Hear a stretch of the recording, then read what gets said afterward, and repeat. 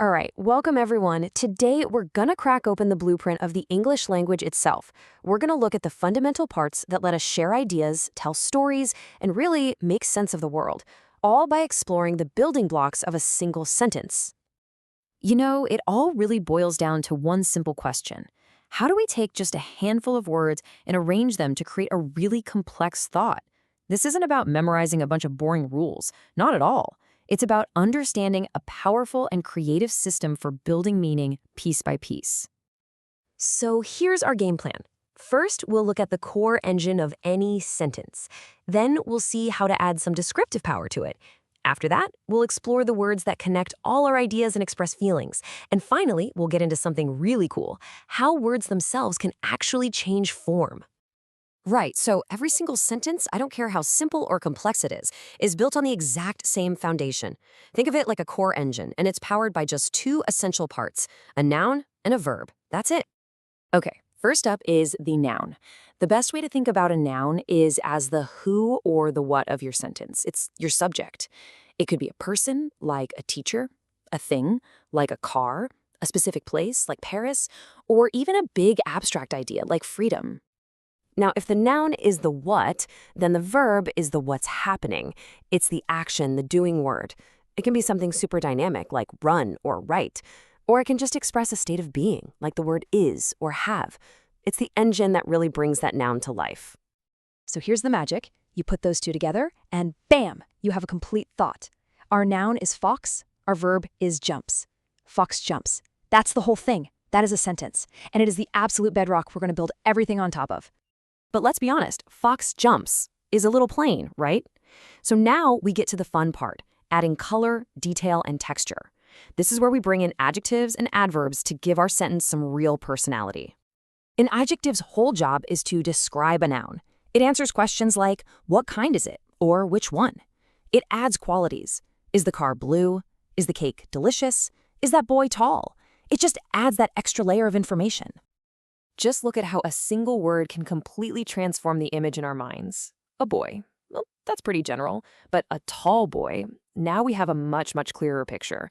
That's the power of a good adjective. Okay, let's apply this back to our sentence.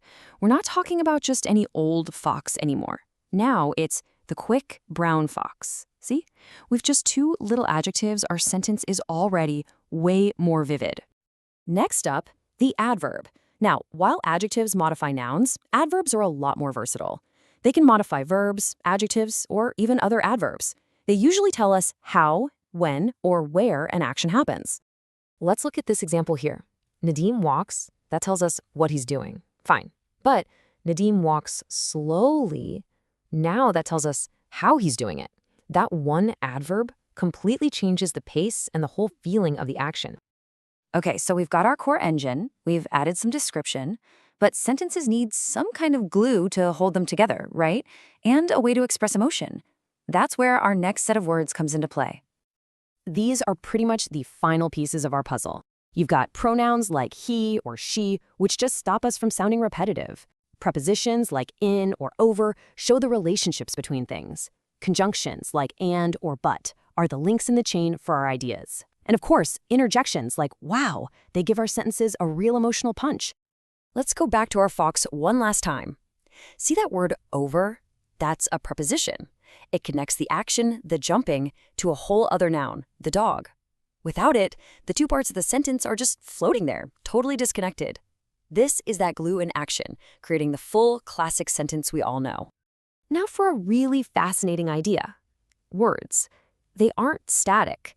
They're actually super flexible. A single root idea can be transformed to do all sorts of different jobs in a sentence, just by changing its form a little bit. Check out this word family. It all starts with the idea to imagine. You can imagine something, that's the verb, the action. You can use your imagination, that's the noun, the thing. You can be an imaginative person, that's the adjective. Or you can do something imaginatively, and there's your adverb. One root idea, four totally different jobs. Pretty cool, huh? So how do we actually do this? Well, one of the main ways is with affixes. That's prefixes we add to the beginning of a word, or suffixes we add to the end. So here, we take a simple word like happy, we stick the prefix un on the front, and we completely reverse its meaning to create unhappy. It's like linguistic Legos. You just snap pieces on to build new things. So, let's put it all together. Just look at this sentence. We start with that emotional punch, the interjection. Wow. We've got nouns, man, field, race, an adjective, tall, verbs, ran, lost, an adverb, quickly, a preposition, across, a conjunction, but, and a pronoun, he. All 8 parts of speech are in there, working together in perfect harmony to tell a complete little story. So there you have it, the 8 essential building blocks for any English sentence. These are the tools, the components, the blueprint for communication. And now that you have it, the only question left is, what are you going to build with it?